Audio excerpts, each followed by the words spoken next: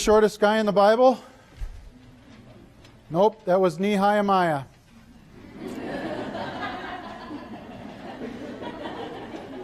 Smirk a little at least. What's your greatest hunger? What would you do to see Jesus? What would you do? To what extent would you go? I love Monsignor Callahan's comment in the gospel today. He said, today a miracle has happened. The camel has passed through the eye of a needle. And I heard it and I went, wow. Today a miracle has happened. The camel has passed through the eye of a needle. Now you know that scripture passage.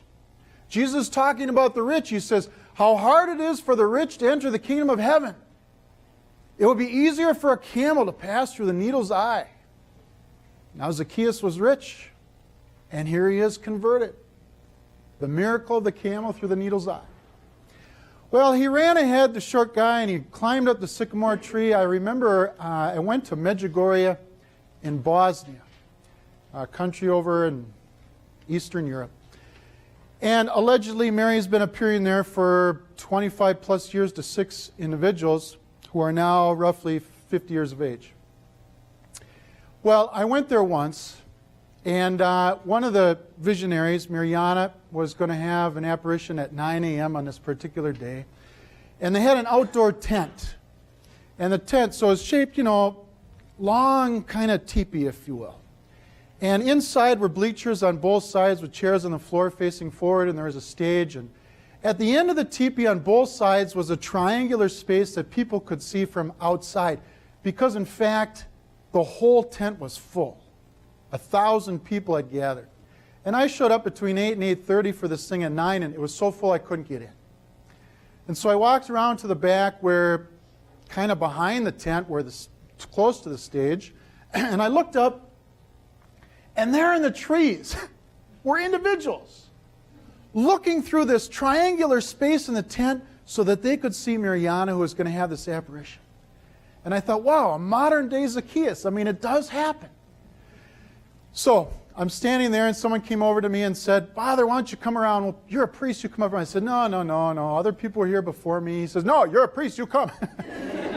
Grabs my hand and drags me around. I say, okay, fine. So he brought me inside the tent, and I went right up into the top of the bleachers, the very top corner, and I'm looking right down at the stage.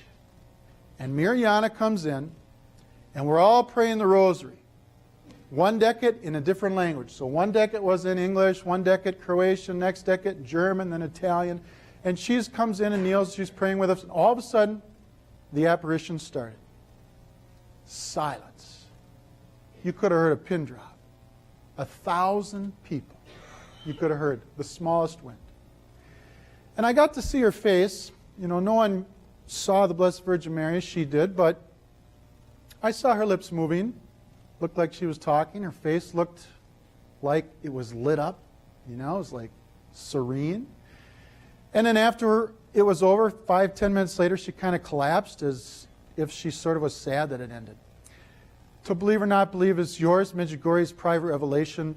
You don't have to believe. I believe because the fruit of it. I see so many people go there, come back, praying more, going to confession, going to church. God becomes number one in their life, and many vocations to priesthood and religious life.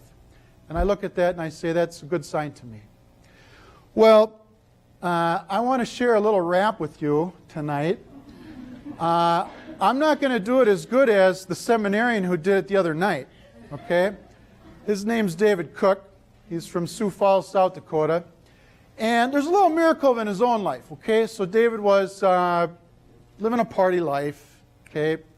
Doing some stupid things. And one night in high school, he had a dream. Actually, a demon was in his dream.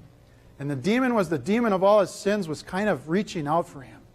And he woke up kind of shaking, shivering. And he was the only one home. He picked up a bat, and he walked around the house to see if everything was okay. Everything was locked and shut, so he went back to bed. But he started praying, and this was kind of the moment of conversion for David. And now he's in the seminary in his first year. And, I think it was a challenge for him because certain friends would think that was kind of weird to join the seminary. And, it was a choice of courage to come here. And so he wrote a little rap that we shared with some guests last night. And I asked him if he would be willing to do it here, and he was didn't want to do that. So I'm doing it. Okay?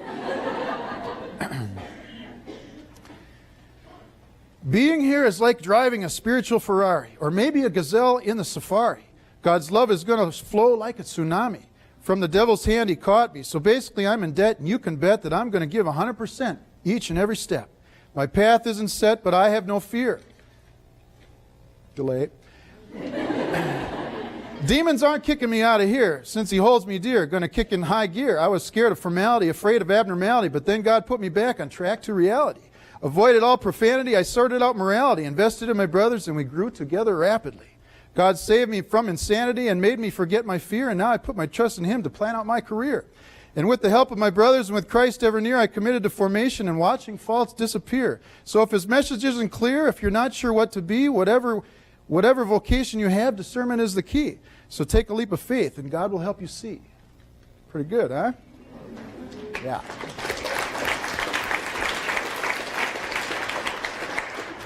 Well, I want to finish with this one thought. Zacchaeus would run ahead and climb a tree. Didn't matter what other people thought of him. Look at that guy up in the tree. Didn't matter.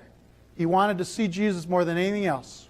So let's now prepare for the Eucharist. Let's ask Jesus, Lord, I want to see you too. Show yourself to me.